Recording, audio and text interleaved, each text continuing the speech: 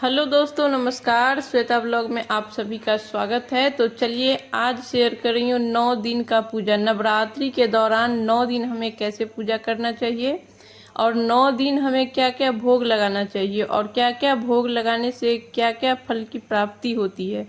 किस चीज़ का भोग लगाएंगे तो कौन सा मनोकामना आपका पूर्ण होगा। तो इसी पर ये वीडियो डाल रही हूँ मैं। तो अगले दिन जो है प्रथम दिन का वीडियो जो है चैनल पे आ चुका है, तो आप वहां से ज़रूर देख लीजिएगा उसको। और प्रथम दिन जो हम पूजा करेंगे वो भोग प्रसाद हम थोड़ी देर के बाद उठा लेंगे। रात को जैसे भोग लगा रहे हैं तो रात को भी हटा लेंगे, और जो फूल पत्ती रहेगा वो अगले दिन हटाएंगे। यानी कि दूसरे दिन, नवरात्रि के अगले दिन वो सारा फूल पत्ती हटा करके आप किसी गमले में डाल दीजिए। घर में गमला है तो अगर इसको बाहर आप किसी नदी तालाब में विसर्जन कीजिएगा तो अभी नहीं कीजिएगा। जब कलश का विसर्जन होगा उसमें एक साथ ही सारा फूल पत्ती विसर्जन किया जाता है। जो हवन पात्र था उसको धो करके हम फिर से यूज करेंगे। नवरात्रि के दौरान नया हवन पात्र एक खरीदिएगा और उसमें 9 दिन हवन कीजिएगा। उसके बाद उसको जो है जब सारा सामान आप विसर्जन कीजिएगा तो उसी के साथ उस हवन पात्र अगर मिट्टी का है तो उसी के साथ विसर्जन भी कर सकते हैं। लेकिन शुरुआत में एक नया खरीद लीजिएगा और 9 दिन तक उसी में किया जाता है।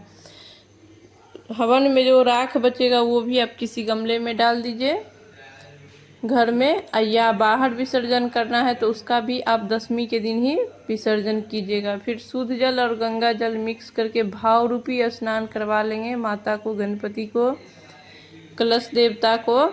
लेकिन हमको हिलाना डोलाना नहीं है। जो माता पे हमने फूल का माला चढ़ाया था वो 9 दिन तक वैसे ही रहेगा, क्योंकि उसको हटाएंगे तो वो हिल डोल सकता है। इसीलिए जो आप थोड़ा साइड से फूल चढ़ाएं या थोड़ा इस चीज़ का ध्यान रखते हुए फूल चढ़ाएं। फिर स्नान करवाने के बाद सभी देवी देवता को रोली से चंदन कर देंगे और थोड़ा सा अक्षत चढ़ा देंगे। चंदन पे तिलक कर देंगे अक्षत से। और नवग्रह को हम ऊपर से ही छींटा लगा देते हैं, क्योंकि उनको भी हिलाना नहीं है। अखंड जोत जो है उसमें हम सिर्फ तेल या घी, जिस चीज़ का भी आप जलाए हैं वो डालिए, उसका नहीं तो प्लेट या उसका दिया कुछ भी धुलाएगा नहीं। वैसे ही 9 दिन तक एक उसी दीपक में आपको सिर्फ तेल डालना है और बत्ती ठीक करना है। तो इस तरीके से जलाया जाता है। और फिर सभी देवी देवता को स्नान करके तिलक कर दिया, फूल चढ़ा देंगे, उसके बाद लगाएंगे भोग। तो नवरात्रि के प्रथम दिन जो है ना घी का भोग लगाया जाता है, और प्रथम दिन माता शैलपुत्री का पूजा होता है। और शुद्ध घी का भोग लगाने से बीमारी से मुक्ति मिलती है। दूसरे दिन जो है माता ब्रह्मचारिणी का पूजा होता है, और इनको बतासा बहुत प्रिय होता है, इसलिए बतासा का भोग लगाएं। और बतासा का भोग लगाने से दीर्घ आयु की प्राप्ति होती है, तो इसीलिए आपको ज़रूर चढ़ाना चाहिए। तीसरे दिन जो है माता चंद्रघंटा का पूजा होता है। माता चंद्रघंटा को दूध से बनी मिठाई या फिर दूध बहुत ही ज़्यादा प्रिय होता है, इसीलिए दूध से बनी हुई मिठाई का आप भोग लगाएं। और दूध से बने प्रसाद चढ़ाने से धन की प्राप्ति होती है। चौथे दिन जो है माता कुष्मांडा का पूजा होता है।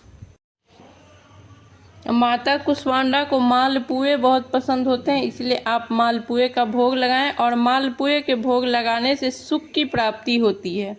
5वें दिन माता स्कंद माता का पूजा होता है, और इनको केला का भोग लगाइए। केला का भोग लगाने से बुद्धि की प्राप्ति होती है।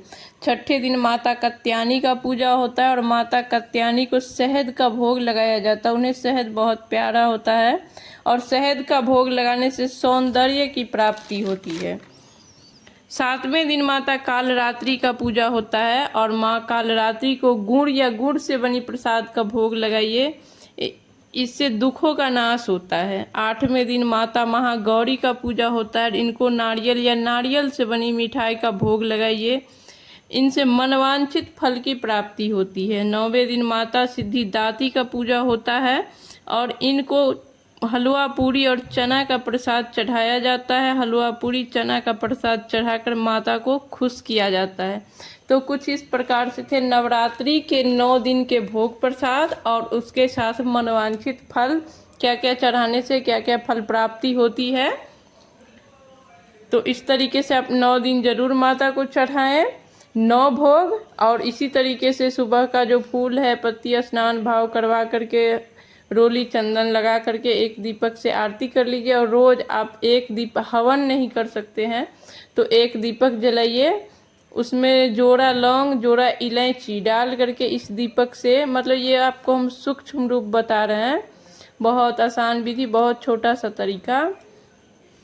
और इससे आरती कर लीजिए, इसी में जोड़ा लौंग इलायची डाल दीजिए। और जो भोग आप लगा रहे हैं, जिस दिन पूजा कर रहे हैं, दूसरे दिन कर रहे हैं या तीसरे दिन कर रहे हैं, तो जो भोग आप लगा रहे हैं, पहले दिन जैसे घी का भोग लगाए तो थोड़ा सा उसमें घी डाल दीजिए इसी दिए में। दूसरा दिन बतासे का लगा रहे हैं तो थोड़ा सा बतासा डाल दीजिए इसी दिया में, इस तरीके से।